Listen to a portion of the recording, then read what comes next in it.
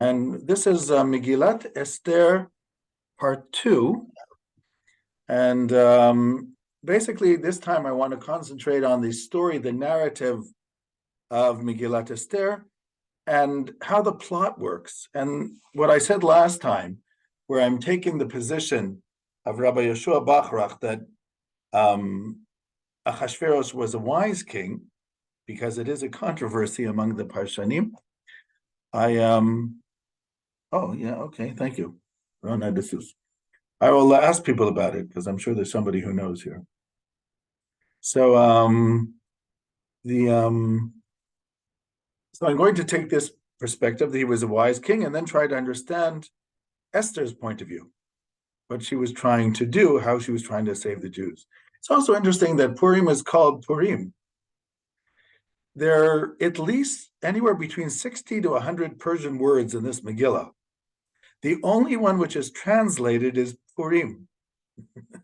Twice in the Megillah it says, Purim al Shem HaPur, where it says, he pil pur hu ha-goral. The first time it says Haman made a pur, which is a goral, which is drawing lots, a lottery.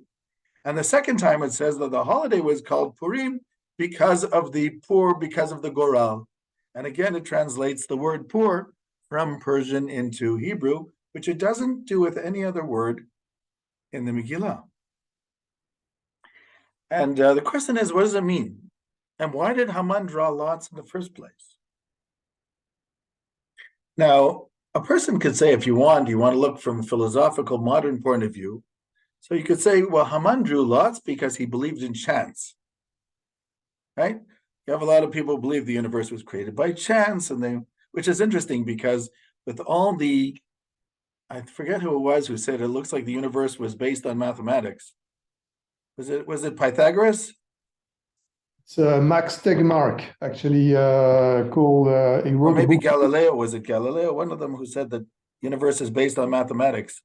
Yeah, there was a Greek mathematician who said that. Yeah. So anyhow, so you would think that if scientists think that the world and mathematics seem to connect, why should it be by chance? But anyhow, this is very often a point of view. So you would think, okay, Haman, he's doing this because it's by chance. However, in antiquity, people didn't think the universe was by chance because they were pagans. They didn't believe in the one God, but they believed in many gods. It's not for no reason that there's a midrash that says that Haman had sort of like an icon of his god around that he was wearing like a necklace, and that's why Mordechai would not bow down to him. And also, I said last time, based on this book, I forgot the name of the woman who wrote the book about the Persian words in Megilat Esther, that Haman actually comes from the word, the good thought, machshava tova, which is one of the connotations of the Zoroaster gods. So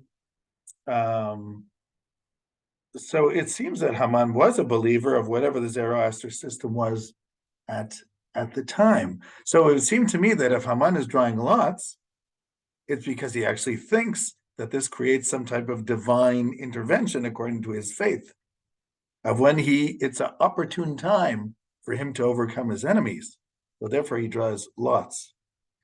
And an interesting thing is, Purim, which comes from the word lots, right? He makes a pur, but they actually use the plural word Purim, which are lots in plural, but Haman only drew lots one time. So it really should be pur. But when you call this holiday Purim, it reminds us of Yom HaKippurim. And many people have said that Yom HaKippurim sounds like Yom Purim, a day like Purim. Now, I used to think that was cute. And,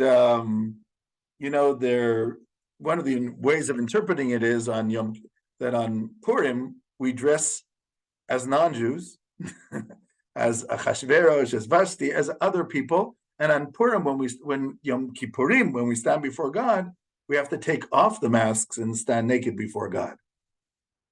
Meaning there's nothing to hide when you're standing before God, which is an interesting idea. But now I think there's something else, that the ones whoever wrote the narrative, and according to our according to our tradition, it's Esther, Mordechai, and the editors, the redactors of Anshe Knesset Hagadolah, the men of the Great Assembly. And very often in the redaction of these books, there is some moving around of the narrative on purpose.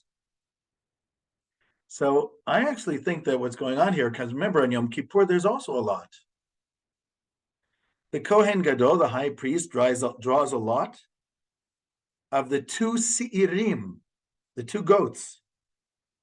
Which one will be Seir Lashem? The goat will be, one goat will go for God, and it'll be offered in the temple. And the second goat is called Seir LaAzazel, the scapegoat, which goes out into the desert and is thrown over a cliff, symbolizing getting rid of our sins.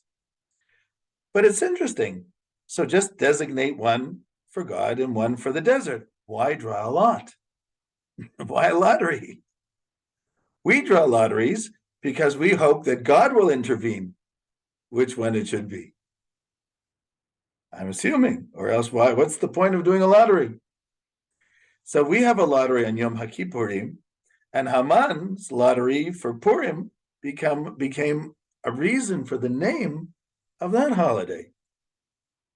So it's almost like we believe that chance in life is something which God designates. And Haman believed that chance in life is something that his gods designate.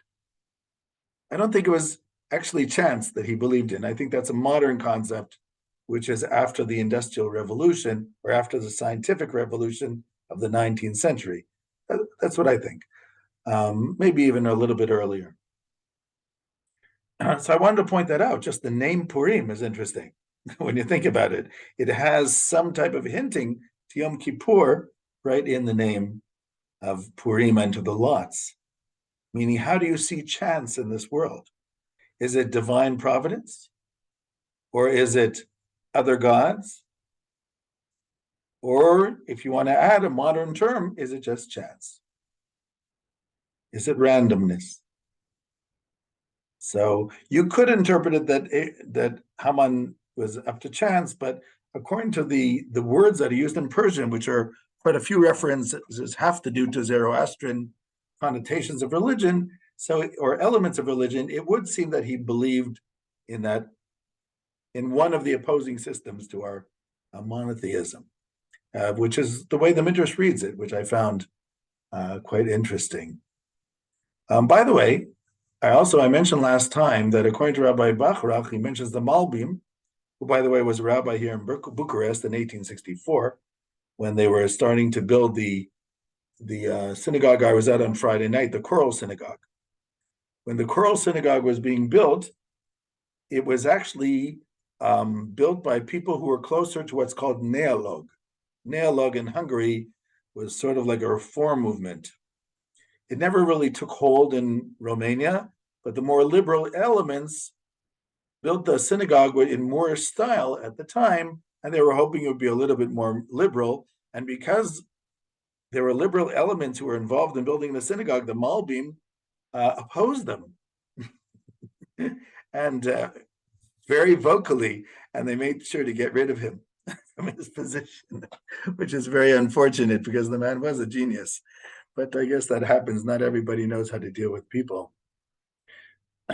So getting back to this, so I want to go into the Megillah and try to understand Ahashverosh and Esther, who are the two main, personalities that have to be understood in this Megillah. Okay, without further ado, let's go right into it. So here I have Megillat Esther. A moment. Wait. I have the recording on already. Okay, and I will say Lilui Nishmat Tzvi Hershel ben Dov Berel, Zichrono Livracha.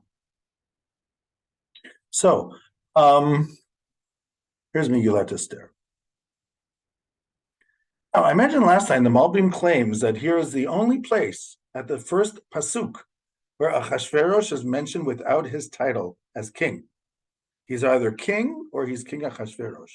I noticed also that Rashi brings the same thing. Rashi says, why does it say Hamolech, who is now reigning from India till Ethiopia? Because he was not from royalty. Rashi brings a similar tradition of this man not being from royalty, which is interesting. It has to be looked into. The question, of course, of who was Ahashverosh. I mentioned one possibility that he was Xerxes, the son of Darius, who was the third king of the Persian Empire, but this is definitely after Cyrus, and this is the way Rashi understands it too, and other of the Parshanim, Avraham ibn Ezra, that he's after Cyrus, which is very interesting, which is after the Jews are given permission to go back to Jerusalem and build up their temple, and even bring back the vessels from the first temple. So which also puts it in a certain light, which makes it more interesting to think about what it says about the community in Persia at the time. So this is Ahashverosh, and he's a man who reigns over 127 provinces or states. And he was sitting on the royal throne in the fortress of Shushan. Some people like Malbiim understand Shushan Abira as the part of Shushan where the castle was. Sort of like you have the city of Prague, and Prague 1 is where you have the castle and all the aristocrats who lived around the castle. So Shushan Abira is the fortress of the castle in the part of the city of Shushan. In the third year of his reign, he makes this enormous party. It's interesting that it's in the third year. I assume it means if this happened, it took him 3 years to consolidate his reign. But now, as I said, according to Rabbi Bachrach, he has two possibilities. Either to be the nice guy, like American politicians going around kissing little babies, giving out hamburgers and hot dogs to everybody, trying to be beloved by the people, like a John F. Kennedy with a convertible and an open car in front of everybody, as opposed to being a Stalin, a dictator who always sends out somebody who looks like him to wave to the people. So Ahashverosh decides to be the nice guy, and he makes this party, a banquet for all the officials and the administration from Persia and Media, the nobles, the governors, anybody who's anybody, has within this 180 days, half a year, they get an invitation to come to the palace, probably in different times. Everybody's invitation might have been on a different day, or at least in a different week, or possibly in a different month. And this way they would, because you couldn't have everybody come to the palace at the same day. And I'm also assuming that the king was not necessarily there all the time, but they could go to the palace and have something to eat, bring the family, take a selfie, and they could go back and say, well, this is a wonderful king, and I'm very proud to serve under him. So this was actually a good strategy for somebody who was trying to win the people over to his reign. And then I said the second party, because the first one was 180 days. The second party, which is done for those who live in Shushan Habira, king's palace, in the fortress of Shushan, in the Prague 1 of Shushan. For these people who are close, who live near him, who are powerful people, possibly wealthy people, these are the people he wants to get really close to. So in this special party of 7 days, I'm assuming the king was there all the time, networking, talking to people, looking to see who is friend and who is foe. And this is probably for those 7 days. And I will continue. He brings out all these various vessels of the royalty. The Talmud in Megillah claims that the vessels that were brought out, the golden vessels, were actually taken from the temple.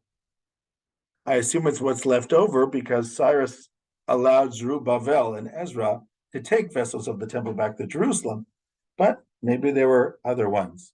The Talmud claims that he was celebrating the fact that the Jews will never leave exile, because Jeremiah promised them after 70 years, and according to his calculation, the 70 had already arrived, but the Talmud claims that he made a wrong calculation.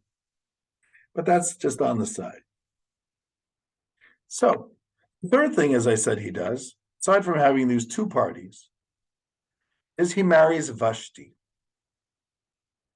Vashti, according to our tradition, is the granddaughter of Nebuchadnezzar, the famous Babylonian king who conquered Jerusalem and also had a vast empire. Nebuchadnezzar's kingdom, of course, falls to Cyrus eventually, and the Persian Empire takes over all of Babylonia. But if it's true that Ahashverosh was a commoner who became king, so the first thing a commoner does, of course, is to marry into royalty. So it's like Avshalom, David's son, who tried to oust David from the kingdom, took all the pilagshim, all the concubines of his father, as wives to show I'm now the king. So by taking Vashti of royal descent, he also is entitled to her title, to her royal pedigree. And so she is a queen, which makes him, of course, a naturalized king. So I'm assuming that the marriage to Vashti was a political marriage. He gains her title. By the way, that would happen a lot in France, in the aristocracy, who would very often marry wealthy businessmen who didn't have titles, and the businessmen would want to marry into these aristocratic families for their title. So one would have the money, one would have the title, and everybody got what they wanted. So the same thing, he marries Vashti, and she is now the queen, and now he is a king, which also has royalty in the family. Now, first challenge to the rule of Ahashverosh is from his wife. As I said, Megilat Esther is written under the Persian Empire. In the Persian Empire, there's a certain almost, I don't know what to call it. There's something about the feminine mystique, the power of women. We have, as I said, in the Tanakh, there are two books named after women. One is Ruth and one is Esther. Esther, even though it could have been called the book of Mordechai, because Mordechai also has a central role here, but it's true, Esther is the one who plots and plans, and her strategy wins over. It could also have been the book of Mordechai and Esther, but it's not. But it's also very appropriate for the Persian Empire, who had this idea of the power of women, this sort of like soft power of women who can overcome men. And I mentioned last time also in my talk how Josephus Flavius, in his Antiquities, tells the story about Zerubbabel, who is before Cyrus, and Cyrus at a party is asking people, what is the strongest thing in the empire? And Zerubbabel says the strongest thing in the empire is women. And he gives a couple of proofs. He says, look, you, Cyrus, who brought you into the world if not for your mother?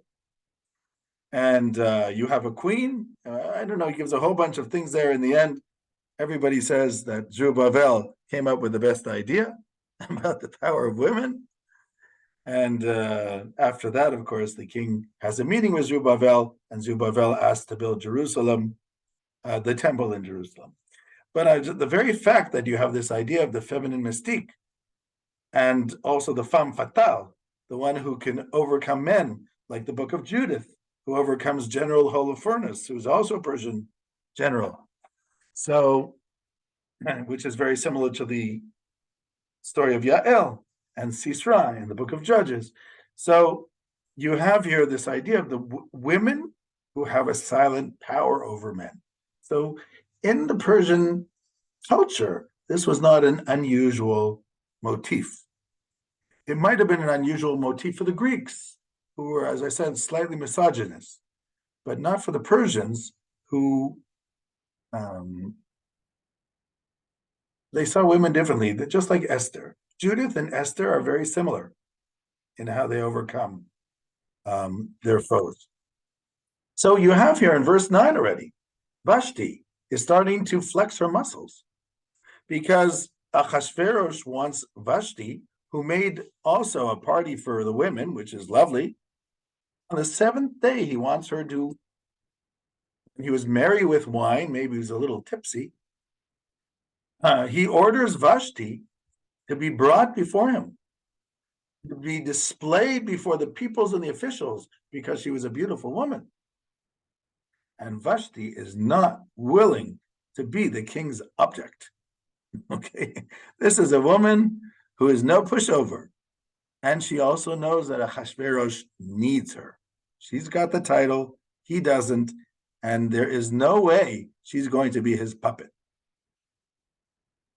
And she says no.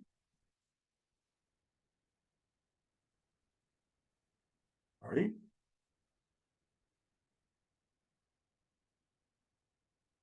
A moment. Just move. There it is. Queen Vashti refused to come at the king's command, conveyed by the eunuchs. The king was greatly incensed, and his fury burned within him. So Vashti is making muscles, and now she has just embarrassed the king publicly. He has to take care of this first problem. The first political problem is Vashti, the queen. So how do you get? So right away, can't just punish a queen.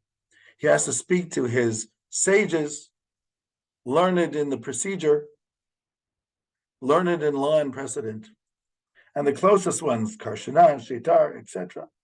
Admata, Tarshish, Meres Marsana Memuchan. The Talmud claims that Memuchan was Haman.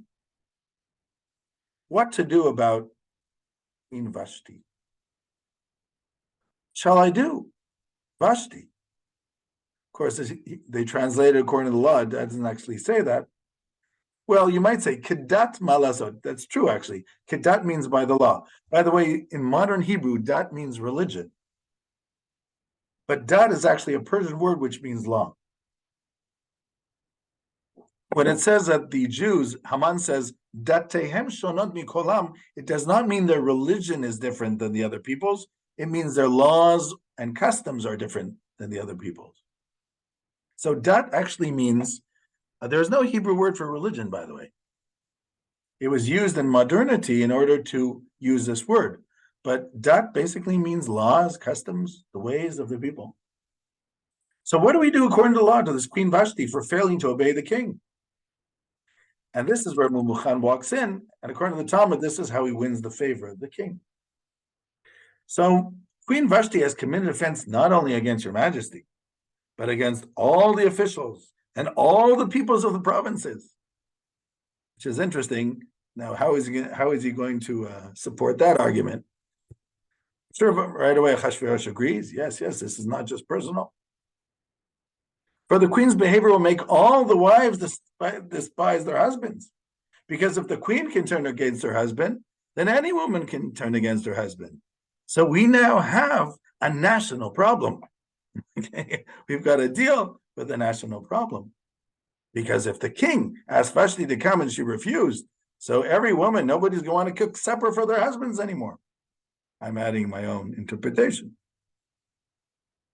So, and all the ladies of Persia and Mede who have heard of the queen's behavior, this will incite them to scorn and provocation. Therefore, you have to have a royal edict, and it should be written in the laws of Persia and Mede that Vashti shall never enter the presence of Ahashverosh, and let your majesty bestow her royal state upon another who is more worthy than her. By the way, I said that this is a play on words because Vashti in Persian means the best, and they're saying that you should bring somebody who is better than her. Tovami Mena, which is really a play on words here. So then, what does the edict actually say? So he agrees to follow Memuchan, and then they send out the edict. What does the edict say? This is the end of chapter 1. Dispatches are sent to all the provinces of the king, every province in its own language, every nation in its own language, that every man shall have authority in his home and speak the language of his own people. Now, let me explain what that means. I don't remember if I mentioned this last time. In every time you pass a law, there's always part of the law that everybody likes. So people will say, yeah, that's a good law. And then there's a part of the law for a different reason, which nobody notices. The part of the law that everybody's going to agree with is that every man should, that everybody should be able to speak the language of their own people. That's very benevolent of the king. It means in all the 127 provinces, you can legally write official letters in the language of your province. You don't have to use the Persian language. You can use the Indian language or the Arabic language or whatever language. I don't know if they had Arabic at this point, but they had Aramaic, whatever language, Hebrew. So any of the languages which are recognized by the kingdom of the 127 is fine. People like that, multiculturalism, I'm sure he got points for that. But then there's the secret clause. And the secret clause is that every man should wield authority in his home. Liosh kol ish sorer beveito. The question is, what does that mean? So probably people thought men should be in control, not women. Okay, it's already like that. So nothing happened. My argument is how do you interpret the law? Because in every law, there's this fine print. So I'll tell you what I think it means. The law says every man is a patriarchal society. Every man is in control of his house. But what does that mean legally? It doesn't just mean he can tell the woman to make dinner. It means if the woman has something, it belongs to her husband. Let's say the woman had another house when she got married. The husband now has control on that house as long as they're married. Maybe even after they're married, right? So if she has money, if she has property, and let's say even if she has a royal title, okay? Now that they passed the law that everything belongs to the man, the title of Vashti now belongs to Ahashverosh. He doesn't need her anymore. You're following what I'm saying? In other words, what I think that happened is we have here a law which was actually passed to get rid of Vashti, but it's written in such a way that the only one who knows that is the king in Memuchan. Now, as soon as this law is passed, you can get rid of her. That's what it says. Chapter 2, verse 1.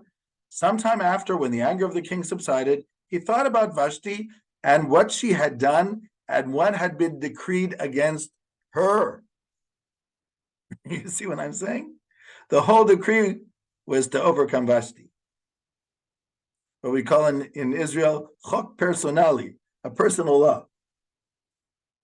But it was hidden within this fancy, cute writing where everybody seems to be able to be allowed to talk in their own language and be the boss in their house, whatever. So now that Ahashverosh has gotten rid of Vashti, he still holds on to her title. So he is still considered somebody who was married to a queen. He still has the pedigree of king. Now, it says very diplomatic that they got rid of Vashti. We can assume what happened there. And now he's looking for a new wife. Now, at this point, Ahashverosh still wants to be the nice guy. He had one obstacle, one minefield he had to get over was Vashti. Okay, his advisors got over it, but he still wants to win over the people. He spent a lot of time at this, and he's still on that road. So how is he going to have, now that he doesn't need the title, how is he going to pick a queen? So he's going to do a marketing trick. It's basically going to be a beauty pageant. The reason why a beauty pageant is effective is because all the provinces can be involved in who shall be the queen. This is actually a very interesting marketing trick. So, all the provinces have an equal chance at some woman becoming the queen, and maybe from their province. So I don't know who advised him of this, but this is not a bad idea. It tells us the story. There was a Jewish man who was in Shushan Habira, Shushan the fortress. His name was Mordechai. He was a Benjaminite, but he was living in Judea, so he's also called a Jew. Now, Mordechai, which is interesting, this is one of the first times you see in the Bible where a Benjaminite is actually called Yehudi. So he was not from the tribe of Judah, but he was from the kingdom of Judea. Like all of us are called Jews today because we're all from the kingdom of Judea. Also, de facto, 80% of us are from the tribe of Judah. Then you have a certain amount from the tribe of Levi, of course, the Kohanim and Levim. And then you probably have a certain amount of Benjaminites, but we're not sure who they are. And there are also some from other tribes, because it says in Chronicles and Divrei Yamim that Yirmiyahu asked some of the the tribes that were moving out from the north to stay and come to the southern kingdom, and some of them agreed. So we do have people from other tribes within the Jewish people, but the vast majority of Jews today, probably 80%, are from the tribe of Judah. And even from the tribe of Judah, we lost lots of people. For instance, in the destruction of the Second Temple, for instance, in the expulsion from Spain in 1492, and also the conversos who remained, they just become estranged to the Jewish people. Jews who assimilated, Jews who were out of fear, hid their Judaism, talking about many, many people. In general, when we think about the 10 tribes who were lost, well, that was 10 out of 12 parts of the Jewish people. That means the vast majority of the people of Israel are out there somewhere. And their descendants, some of them are halachic, some of them are not, but they're out there in, I would say, if not millions, maybe more than 100 million. Statistically, there must be more than 100 million people out there who are descended from the tribes of Israel. Heather, you wanted to ask something? Yes, Rav Rafi, is there a way to look into what tribe you may have come from? The only tribe we actually know who keep their lineage is Levi. The Levim and the Kohanim. The Kohanim, there's a bit of a problem because in the Second Temple period, when Jerusalem was a theocracy ran by the Sadducees, we know of stories of people who paid their way to being part of the Kohanim because they wanted to be in politics. There are also other problems in Jewish history, like in Iran, there were some times where in the Jewish community, they called somebody Kohen as a status. That's why there's so many Persian Kohanim, so many Persians with the name Kohen. As I said, because of that, very often you'll have a synagogue and you'll sometimes have more Kohanim than you have Levim in the synagogue, which of course is not possible statistically, because Kohen was just one family within the tribe of Levi. It was the family of Aaron. So it's a large family and it's near the beginning, so there could be a significant amount, but they can't be more than Levi. So, yeah. So I'm just saying, so Kohanim, there's a problem. But I would my hypothesis, without looking very deeply into this, since there was no reason to be a Levi, most Levim are Levim. Because there was never a benefit to be a Levi. But there were times where there was a benefit to be a Kohen. So those are the ones we know. There are people who have lineage. I know there are families who have lineage back to King David, which is our royal blood, our blue blood. But aside from that, I don't know if there are other lineages. Thank you. No problem. Okay, so he brings up Esther here sounds like his cousin, even though sometimes they say his niece. It says his uncle's daughter, which would be his cousin. And her name is Hadassah. Mordechai, by the way, we don't know his Hebrew name. We're not told. He brings up Hadassah. She is Esther. I mentioned this before also. We have here the typical Galut Jew who lives a double identity.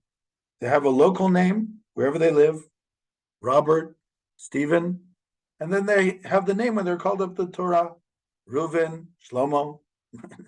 That's the way it is today too. People like to blend into the society where they are. And it is very possible that the editors also wanted to make this point by pointing out both names. She's Esther and she is Hadassah. She has her Jewish name and her non-Jewish name. Esther, of course, is like Ashtar. First of all, it means star, of course, in Persian. That's why you have astronomy. The Persians and the Babylonians were some of the early astronomers, like the Egyptians. And astronomy is in Hebrew lachazot b'kochavim, to look at the stars is astronomy, and that's exactly what it is, the way we say it today in English. And then, of course, you have star, kochav, étoile. So these are taken from Persian. But also Ashtar happened to be one of the gods of Persia, at least in the Babylonian Empire, that the Persians had taken over. And Mordechai Marduk was also one of the Babylonian gods, which the Persians had taken over. So this, I think I said already, you have this idea in the Talmud Ketubot, that the Talmud says that Yisrael ba'amim ovdei avodah zarah b'tahara, that the Jews in exile are idol worshippers in purity, meaning they don't do it on purpose, but they don't even realize how influenced they are by foreign ideas in the cultures where they are living. I think that's why I think the name Mordechai and Esther is almost a parody on the Jews in the exile. Because remember, the Anshe Knesset Agdola were in Israel. They were part of the people who came back in the Second Temple period. So when they're editing this story, there might be slight moving around of names in order to make a point. It's hard to know because we were not there before the editing. Esther seems to be also the last book to make its way into the canon of the Bible. That's why there are arguments about Esther going all the way to the 2nd century between Rav and Shmuel in the Talmud and Megillah. It's very unusual for such a thing. Anyhow, so Esther is not interested in the king's edict.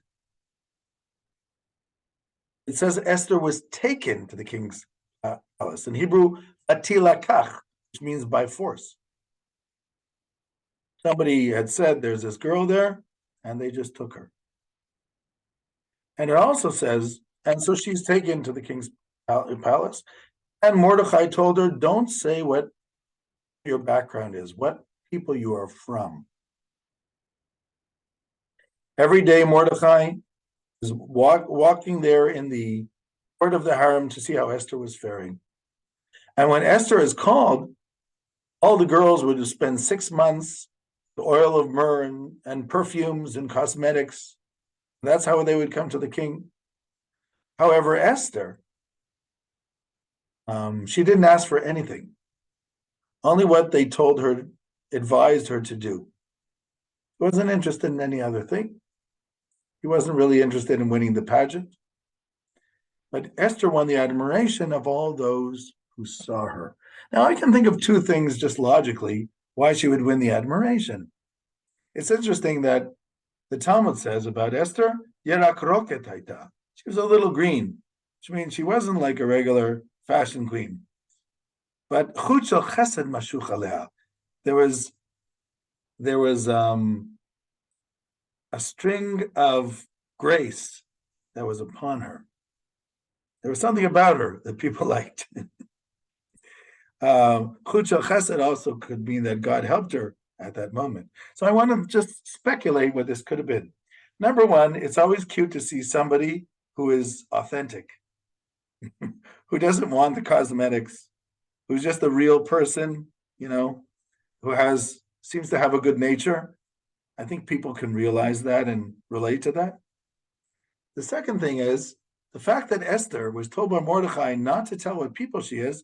That could have also been something that could have won her benefit. Because look, let's say the girl representing India, she now parades on, the runway. So everybody from India is clapping, go, go, go. And everybody from the other 126 states are saying, boo, boo. Right? And then some girl comes from Saudi Arabia, let's say, and again, everybody from Saudi Arabia is clapping, everybody boo, boo, right? And then there's this girl, Esther. Not clear where she's from. She looks a little Persian. She looks a little Semitic, right? She could be from North Africa. She could be from Persia, from Babylonia, from Syria. It's not clear. Nobody really knows. Because nobody knows, nobody boos. Okay? Nobody says, yeah, maybe a few people even clap, but, out of respect, but nobody says boo. And I'm sure Ahashverosh picked up on that one. when nobody says boo. That's interesting. Okay. When you have no enemies, that's already ahead of the game. And then, and the king loves Esther. And he picks her. And then, of course, he has a remission of taxes, which everybody likes. And again, the king is trying to win the people, win them with a girl that nobody seems to dislike, and of course, to show benefits for the people when he can afford it. And still it says that Esther is not telling people where she's from. Okay, end of chapter 2. There is a plot to assassinate the king. Bigtan and Teresh want to assassinate Ahashverosh. Mordechai, who knew many languages, because he was a member of the Sanhedrin, according to the Talmud. But anyhow, he understood the Tarshishan language, and he heard them plotting. He told the authorities about this, and they were hung. Now we are in chapter 3. I'm going to explain why all of a sudden King Ahashverosh makes Haman so prominent. Remember, until now, Ahashverosh wants to win the people. The last thing he did was a remission of taxes. Hey, that's our man. Just keep lowering the taxes. Right? That's what people want in the end. What do they care about the other things that the king do? There was this guy Ford in Toronto. He was the mayor of Toronto. He used to get drunk every now and then, but hey, he lowered the taxes. Everybody wanted it. Okay, he gets a little tipsy every now and then, but he did what the people wanted. So Ahashverosh lowered the taxes. That's what everybody wanted. But obviously, somebody didn't like him. Now, the problem of playing the nice guys, where if somebody doesn't like you, you're stuck. Remember what happened to JFK, right? With the open convertible, it didn't pay off in the end. Somebody didn't like him. And all you need is one. So Ahashverosh decides at this point, according to Rabbi Yeshua Bachrach, no more nice guy. If somebody's plotting against me, I don't have that luxury anymore. So he decides, I'm not moving out of the palace. Anybody wants to see me, only by invitation. They come without invitation, capital punishment. Right? We have that in this chapter. And also Esther says it in chapter 4. But wait, if the king doesn't go out to the people who will, you need the king's double. Right? Just like Stalin had a double, Saddam Hussein had a double. He had probably a triple and a quadruple, because sometimes these guys get knocked off. So he has Haman. Haman represents the king. People bow down to him, to the king. Haman's job is to keep Ahashverosh on the throne. Aside from that, anything he needs as a means to that end, Hakol Beseder.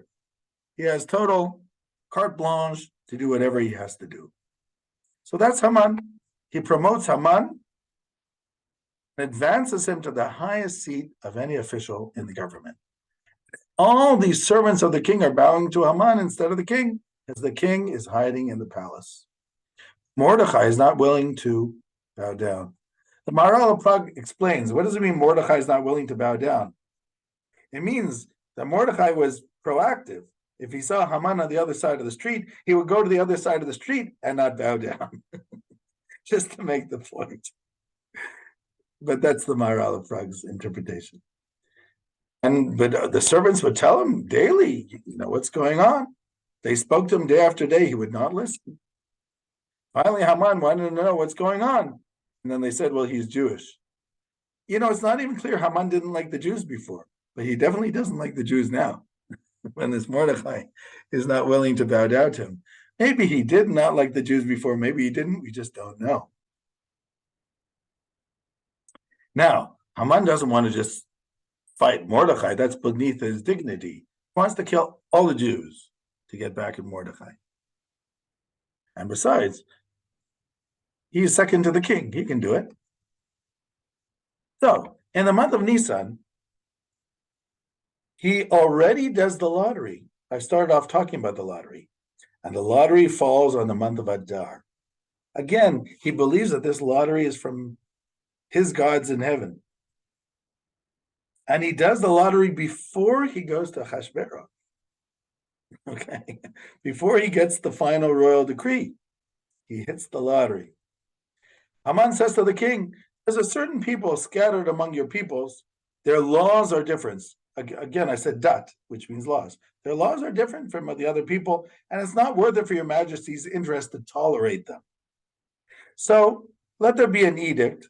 I will pay you 10,000 talents of silver to the royal treasury, and you'll just give me the people. The king understood, and he said, the money and the people are yours. Do as seen fit, which means I don't even need the money. What you have to do is keep me on this throne. If you think that getting rid of that people is going to keep me on this throne, that's okay. That's your job, Haman. Okay? I thank you for telling me. Just do your job. Okay. I have the feeling that Ahashverosh didn't even ask him what people it was. In fact, I'm pretty sure he didn't. Just on the end of the Megillah.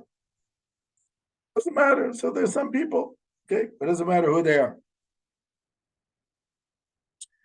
Okay? So have this edict, which is sent out on the first month in Nisan. All the different peoples destroy, massacre, and exterminate the Jews, young and old, children and women, on the 13th day of Adar, and to plunder their possessions. Why to plunder their possessions? That's the incentive. Like, who's going to kill Jews just like that? Maybe they'll fight back.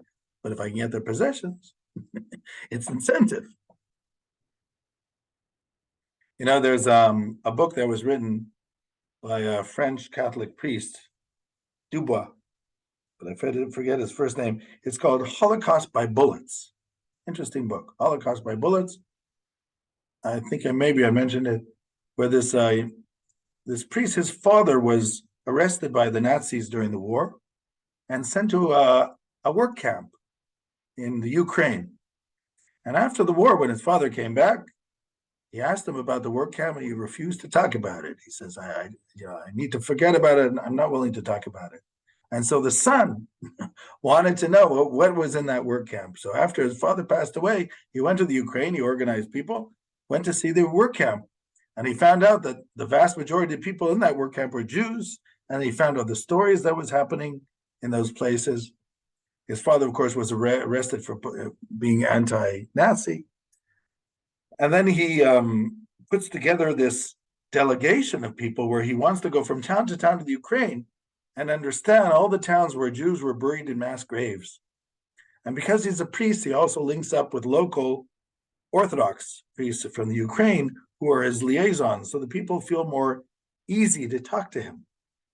And some of the people, like, they had this locked up in their mind for years, and they wanted to confess it to somebody, that they were the ones who dug the pits and had to take the bodies after they were shot and put in. People wanted to talk about it. And especially since he was working with their priests, they felt much more easy about it. But he also tells that sometimes they would say, is it true? And he says, what true? Is it true that the Jews there, their mouths are filled with gold?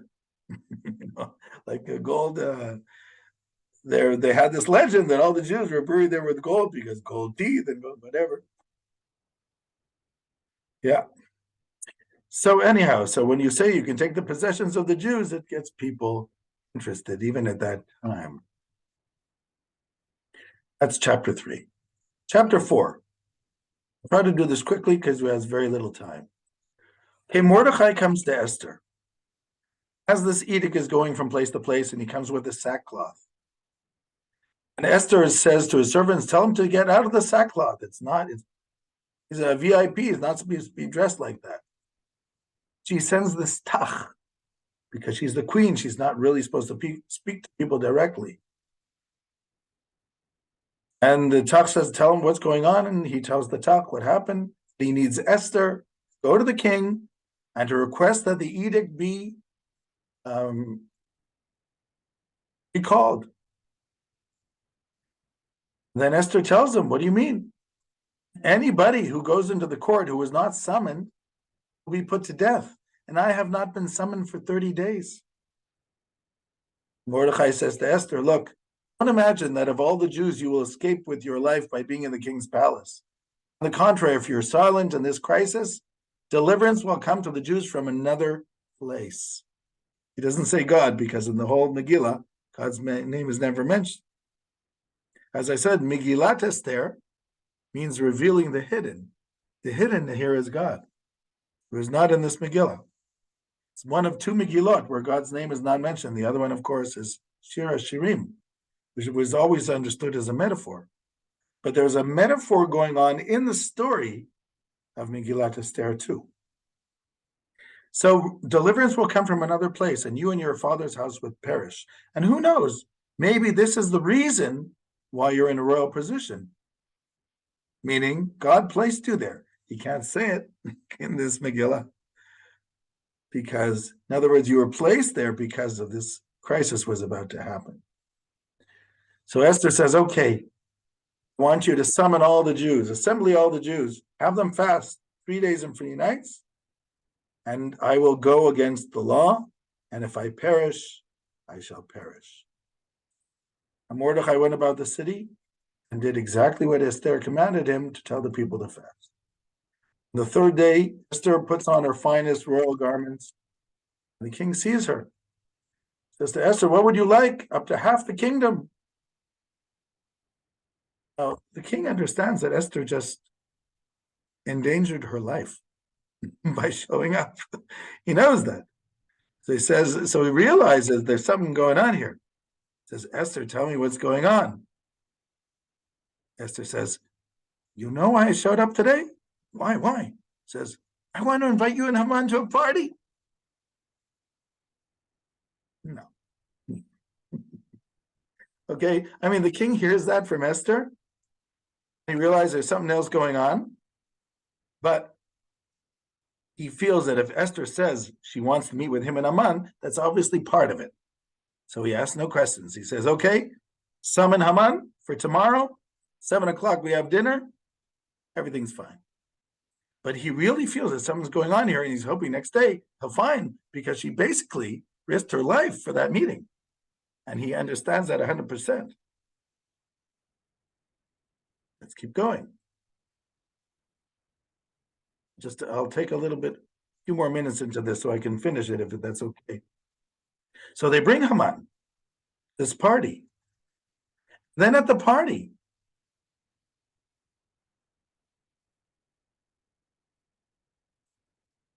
okay, so again, they bring Haman. Now Haman comes to the party. And again, now we're at the party. It's the day later. And the king says, what is your wish, Esther? Because I know that there's something going on. Obviously, you wanted Haman to be here, but he doesn't say that, but he's thinking that. So tell me the request, up to half the kingdom. I'm in a good mood. Esther's not sure yet. He says, okay, my request, if I find grace in your eyes, I'd like you and Haman to come another party tomorrow, okay? Now the king is starting to feel strange. He just had a meeting, the 3 most powerful individuals in the kingdom. He, Haman, number 2, and Esther, number 3. And Esther seems to know something that he doesn't. And if Esther brought Haman there, maybe Esther and Haman know something that the king doesn't. Now he's the king, and he's the only one of the 3 doesn't know what's going on, because everybody else is smiling, and he's definitely depressed at this point. He feels, remember, when you become living in the palace and sending Haman, the first thing that happens, you become a little bit paranoid. After that attempt to assassinate him, he definitely must have become a little bit paranoid. And I think that this is what Esther is working on. She wants him to get a little suspicious. And that's an easy way to do it, having the 2 parties. Look exactly what happens here. Haman walks away very happy. He was invited to the king and queen's party. He tells his friends and Zeresh, his wife, about everything that's been going on, how successful he is, and that Esther, the queen, wanted him to come to the party and nobody else. And it bothers me so much when I see this Jew, Mordechai. Zeresh says, okay, pick a tree to hang Mordechai. That is chapter 5. What happens to Ahashverosh in the meantime into chapter 6? That night, King couldn't sleep. You understand what's going on here? Esther is starting to win. She's trying to get exactly what she wants. She wants the king to be suspicious. She wants the king to be a little paranoid, to feel that something's happening here. And it's working. The king can't sleep. He asks his servants, something's going on here that I don't know about. Let's find out. Look into the records since the beginning. Do I owe a favor to somebody that I forgot about? They look up and say, yeah, there was this guy Mordechai. He saved you from assassination. Ahashverosh says, good. And how did we pay him for this beautiful act? He said, nothing. Okay, that could be one of the problems. Tonight we're gonna solve all the problems. That's one. We're gonna repay him for his kindness. Let's look for another one. I'm sure that night he looked through all the books. Who did I do something wrong to? Who could be a possible enemy? He probably spent the whole night trying to figure out, because for some reason Esther doesn't want to tell him directly. So then Haman is standing out there, and the king says to Haman, what should I do for somebody that the king wants to show favor and honor? Haman figures it's him. He says, well, let him have royal garbs, ride on a horse that the king rode on, and let them proclaim, this is what you do to a man who the king desires to honor. Then, of course, he tells Haman, do this to Mordechai. Chapter 7. This is a very important chapter in the Megillah. This is where you can see in the last 3 chapters, from chapter 5, it's basically Esther's plot against Haman. This is a political plot. And it's all based on getting the king to be a little bit paranoid about what's going on here and suspicious. So now the king and Haman come to the second feast, a little party. And now Esther cannot run away from it anymore. The king is hyped. He's stressed. Haman, who knows what he's plotting. So the king says, again, in the best fashion he can, he probably looks a little tired. So says, okay, Esther, what would you like until half the kingdom? This is the 3rd time I'm saying it. Let's get to the point. Esther says, if I found favor in your eyes, then all I would like is my life and the life of my people. Now, this is very shocking for Ahashverosh. Who is threatening you, Esther? Remember, a threat to the queen is a threat to the king. Well, she says, we've been sold, my people, me, to be destroyed, massacred, exterminated. I'm sure Ahashverosh says, I remember something like that, but I didn't pay attention to it. Had we only been sold as bondmen and bondwomen, I would have been silent, for it's not worth the king's trouble. But unfortunately, they want to kill me. Now, Ahashverosh is thinking overtime. Haman's edict, right? Wasn't that about some people? Then the king says, who was it, Esther, who wants to destroy your people, including you? She says, evil adversary. His name is Haman. Now everything's coming together. There's a plot against the queen.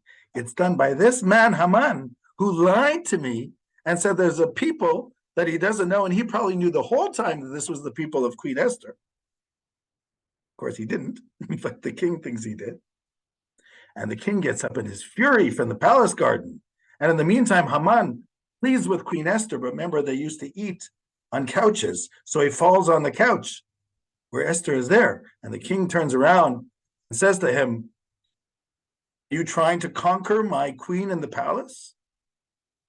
Which means, are you trying to kill her in order to get me? But he uses this as a metaphor when he sees Haman on the couch. And then just to seal it, this charvona, which the Talmud said is like Elijah the prophet because he was the right guy at the right time. Charvona, one of the eunuchs says, yeah, there's also, by the way, there's a stake, there's a gallows at Haman's house, 50 cubits high, which they're planning to kill Mordechai, who actually saved your life. And then the king says, Tlu alav. This is a bad translation. It's not impale him, it's hang him. Impaling comes much later in the Turkish Empire. So what happens there, basically, Haman doesn't even have a chance to say anything in his defense. Ahashverosh is so paranoid and so stressed at this point that everything seems to fit together. Haman did the one thing that he wasn't allowed to, which means he wanted to take over the throne. And therefore, he's got to go. We need another Haman. That will be Mordechai, who already proved himself loyal. So he slipped off the ring from Haman, gave it to Mordechai. Now, last point. What do you do? So right away, Esther and Mordechai say to the king, please call back the edicts. Recall them. Ahashverosh says, I'm sorry, I can't do that. I mean, I sympathize with you. Cannot recall an edict because it means that it makes me look foolish. All I can do, you want to write another edict? That's okay. I'm not going to recall it. So they write another edict, and the edict is the Jews are allowed to defend themselves. So, what does that mean? Remember, the original edict was anybody could kill the Jews and take their possessions. So, first of all, there are probably people who didn't like the Jews.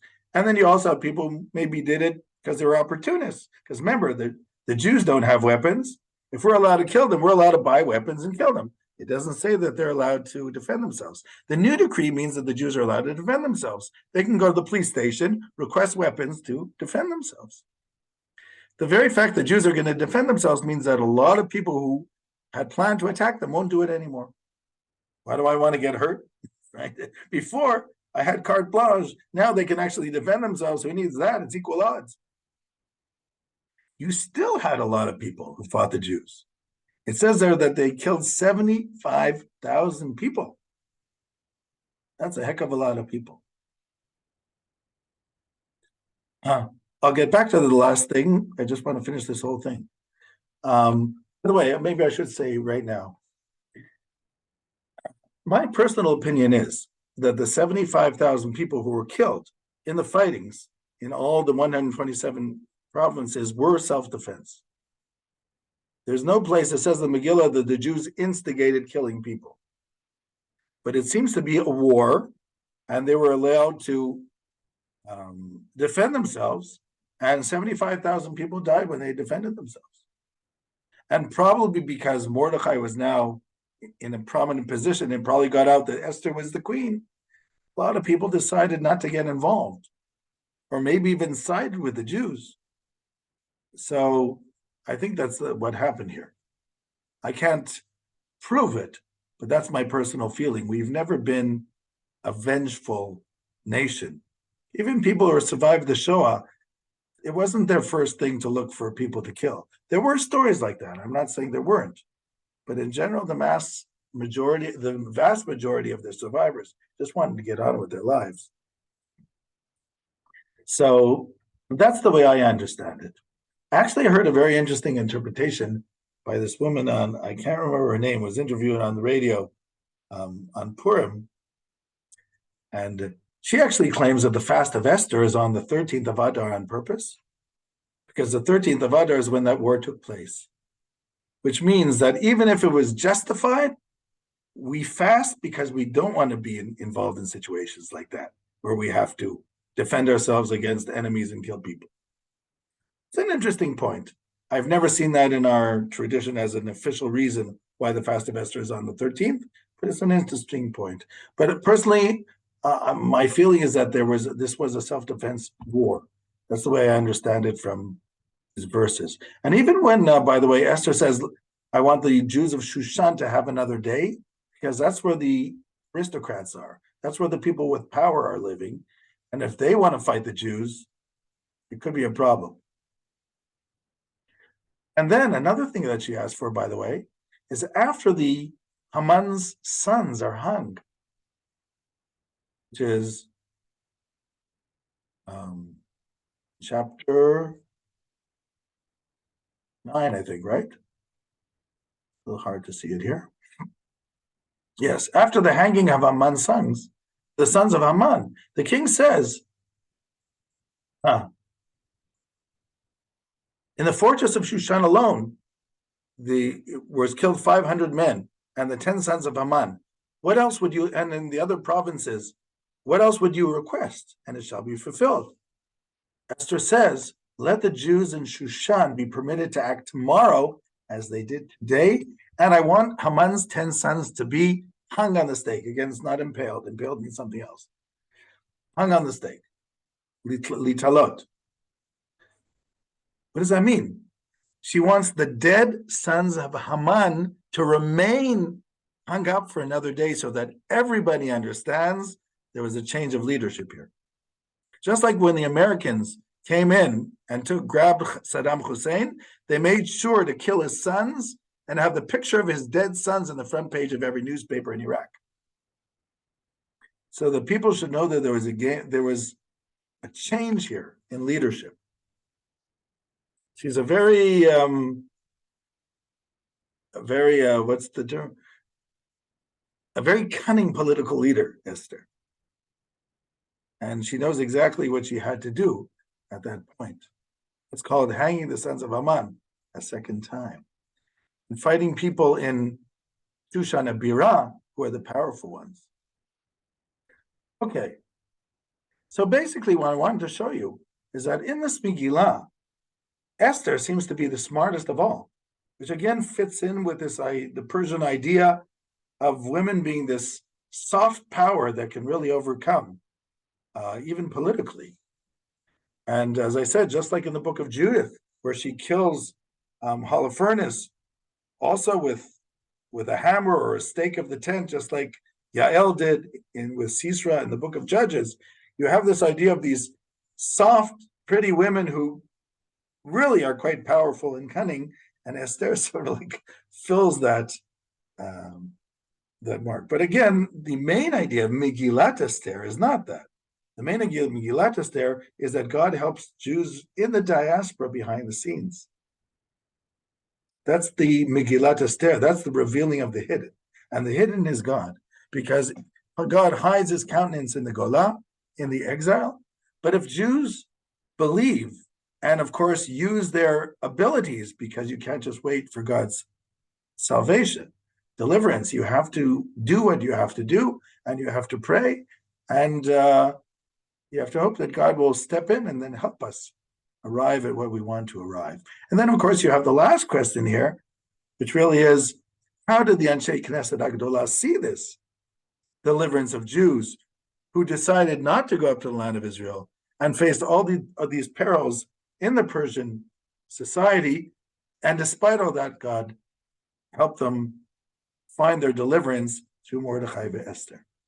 Also, some interesting questions to think about. Now, that's basically what I wanted to say. If there are any questions, Bavakasha. Yes. If you allow, do you hear me, Rav Shukar? Yes, I do. Yes, if you allow me, the end of the Megillah begs for questions. We would like to know what was the after story. What happens with Esther? Although we might know something about the whereabouts of Mordechai after the story of the Megillah, we are not sure about what happened with Esther. What we may assume, of course, is that she will remain a very powerful person in the Persian Empire and have a very big influence, not only in Shushan, but also in Judea, that was under the rule of the Persian Empire. Yeah. And she's also perhaps the person that will allow the Jews of Judea to finally be able to build the temple. Well, so, it's true that there was the edict was stopped under Darius, yes. The permission to build the temple, and eventually it did start again. Did it start again because there was an Esther who had an influence? I don't know. No. I don't know, because I don't know if historically we have enough details about that time to know these things, but somebody who is historian of the Persian Empire would be able to answer that better than I can. Of course, the story of Esther is also sort of a tragic story. You have this young girl who's taken against her will to be a queen, and to be a queen sometimes is a very lonely life. For 30 days, she couldn't even see the king. Okay, it wasn't as if they hung around with each other that much. It was probably a very lonely life, and she did it on behalf of her people. And when Mordechai says to her, maybe this is the reason why you became the queen, I think she gets that point, because it's not necessarily a happy life being a queen. Yes, but can't we have the thinking that we are maybe a bit ungenerous towards Esther because she might have played a much bigger and more important role in securing the life of the Jews in Judea that we may believe or want, even, of course, as we say, it's Megilat Esther, all Right. happened, the influence of the providence is not fully seen. It is possible. It is Yes. possible. Again, this is a historical question that has to be looked into. Of course. There are problems with Megillat Esther when it comes to history. And even the name Ahashverosh was a Xerxes, or even somebody who claims he's Artaxerxes. It's hard to say it in Hebrew. Most think that he was Xerxes, but again, you need to try to collaborate or to find outside sources which would agree Yes. with these sources in order to understand historically exactly what happened at that time. It's not the first time we have a king marrying a queen. There was, by the way, Casimir the Great also supposedly had a relationship with a woman whose name was Esther in Poland, which could have had an influence on his desire to bring Jews to his kingdom. The Jews, of course, lived in the area called Kazimierz in Krakow today. There's a hotel, though, called the Asteria Hotel, based on that legend. Yes. Of this woman that Casimir was in love with. Since I'm not really an expert in Persian history, but the question is a very interesting question. I cannot, and also, as I said, especially in late biblical books that were edited by Anshe Knesset Agdolah, we also don't know, especially in a book like this, which is a metaphoric book because God's name is not mentioned there, we don't really know how much editing was done in order to create, and how much was the original editing. In other words, there seem to be a lot of metaphors and symbols in the Megillah. It's hard to know what was the original symbols and what was added in by the editors. We just don't know, because remember the Ketuvim, our sages were much more liberal about the Ketuvim than they were to the Nevi'im and of course Chamisha Chumshei Torah, where according to our tradition there's no actual editing, except for maybe Joshua adding the last 8 verses, which is the discussion in the Talmud and Baba Batra. But the Nevi'im, there are some in the Nevi'im that talk about editing only because the books were not complete. It says that Chizkiah was the editor of the book of Yeshayahu, which probably means they only had it in a draft. It wasn't actually in book form, because Yirmiyahu was in book form and it wasn't edited by anybody except for himself and Baruch ben Neriah. But in the Ketuvim, there are much more books that are called edited because of the fact, I guess, that they were just drafts and something had to be done with them. So it's an interesting question, and I hope one day I'll have an answer to that. Yeah. Anything else? Okay, Toda Rabah. Thank you very much for joining. Thank I you hope so to be much. back in Yerushalayim for next Sunday. I'm already coming back on Tuesday, Hashem. And the idea